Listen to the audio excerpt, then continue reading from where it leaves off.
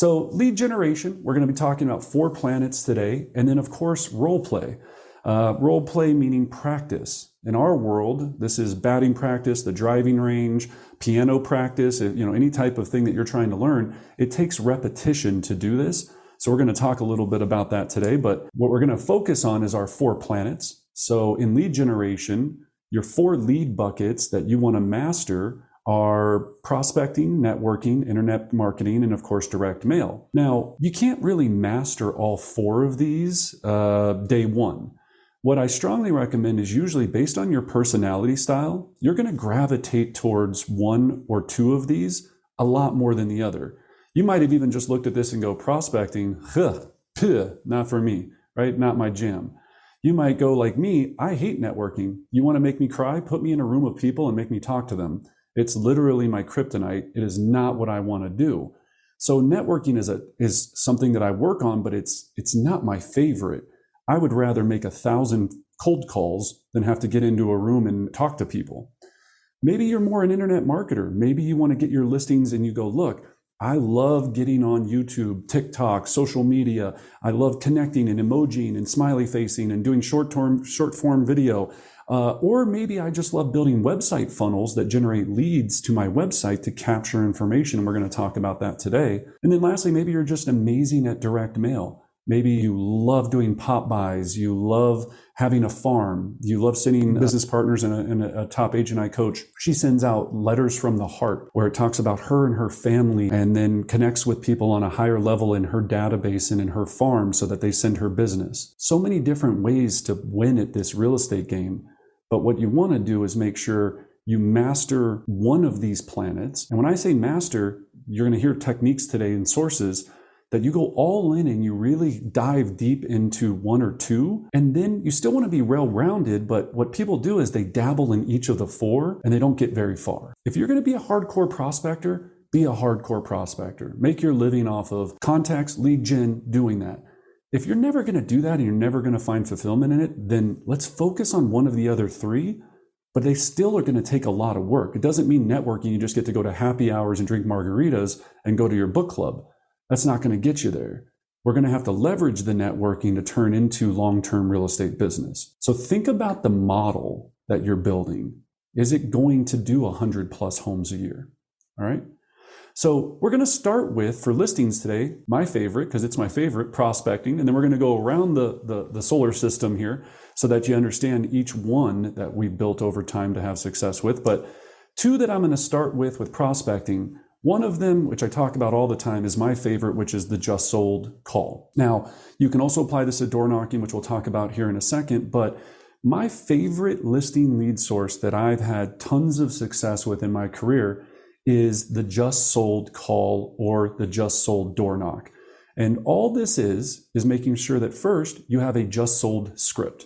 You got to start with a script so you know exactly what to say. We'll put our script book, or the way for you to download our script book in the chat box. But with the just sold conversation, the mindset of this is basically you or your organization just sold a home. Doesn't have to be you. Could be your company. Could be if you're with XYZ company, whatever it is. You just sold a property or a property just sold in the neighborhood.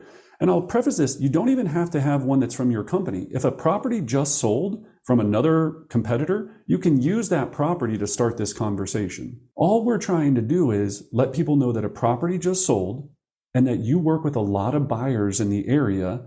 And because that one just sold, there's still buyers that are looking in this neighborhood, which is a true fact, that are interested in this area. So you're just calling the sellers to go, hey, do you have any interest in selling? Or do you happen to know of anyone in the neighborhood that might be interested in selling? Now, that's about as base level of an explanation as I can get. Where just sold calls become highly profitable is you have to have what we call a check down process. So in the just sold game, when you're doing your check downs, the first thing is you have to talk to a lot of people at a very high rate and then build relationships and rapport very quickly so you can fill your database for listings not only now, but in the future.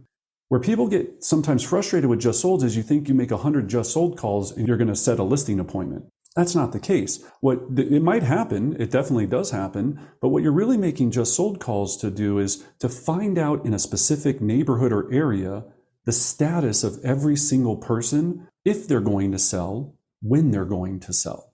Make sure you write that down. Just solds are not about if they're going to sell. It's about when they're going to sell. You're going to be having that. You're going to have this whole database built on knowing this by understanding your scripts and dialogues to have this conversation with them. So I call up and I go, and remember, this is a cold person in the beginning. So, hey, Sally, this is Brendan with XYZ Real Estate. Hey, we just sold, or I just sold, or a home just sold at 123 Elm Street. It sold for $550,000. Only took it 6 days to sell. It actually sold $3,000 over an initial list price. Sally, I was giving you a ring because we have a lot of buyers that are looking in this area right now, still having multiple offer situations. So I was calling all the neighbors to see if you or anyone you know might be interested in selling. Sally's going to say, yes, I do know someone. That's rare. Majority of the time, Sally's going to say, I'm sorry, I don't know of anyone. Oh, okay, no worries, Sally. Thank you so much for taking the time to think about it. Have you seen anybody on the street maybe getting dumpsters out and starting to prepare their house? Anything at all? I just really, really want to find my buyers a new house, right? Or I want to help these buyers find a new home or whatever it might be. They're either going to say, no, no one comes to mind. Great. Well, since I've got you on the phone, Sally, and I always do have a lot of buyers for this area, if you were to move, where would you go next? And when would that be? Oh, well, I don't know. I guess I haven't given it much thought. I mean, after little Johnny graduates high school, we were always thinking about downsizing and moving to the city. Oh, that's exciting. Have you ever lived in the city? Build rapport, blah, blah, blah, whatever it is, right? You're having this conversation with them. That's your first check down. They don't know anybody, or they're not interested right now. When would it be the perfect situation? Then the second check down, so they go, great, well, never, I'm going to die in this house. I'm going to move next month, next year. Great, you're taking notes. Boom, boom, boom, either typing them in or handwriting them down after your session to put into your CRM. Then your second check down is going to be, while I have you on the phone too, Sally, now that I know you guys are going to move after Johnny graduates in about a year or so, do you happen to own any rental or investment properties? Okay. Second check down, rentals or investments. If they say yes, then fantastic. Oh my gosh. Well, where are those properties? And have you had an updated analysis on them? Do you currently have them rented?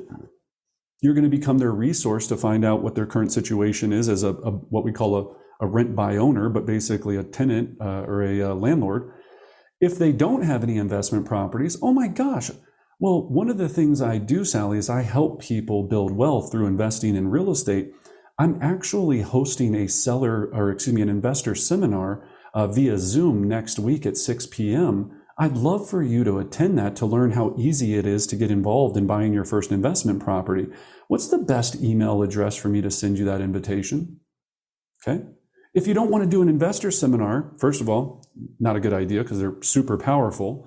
But if you don't, you can go, great. Well, I'd love to meet with you to talk to you about how you can buy your first investment property. Do you have some time this week, or nights or weekends better for you? And just go meet them. Talk to them about investing in real estate.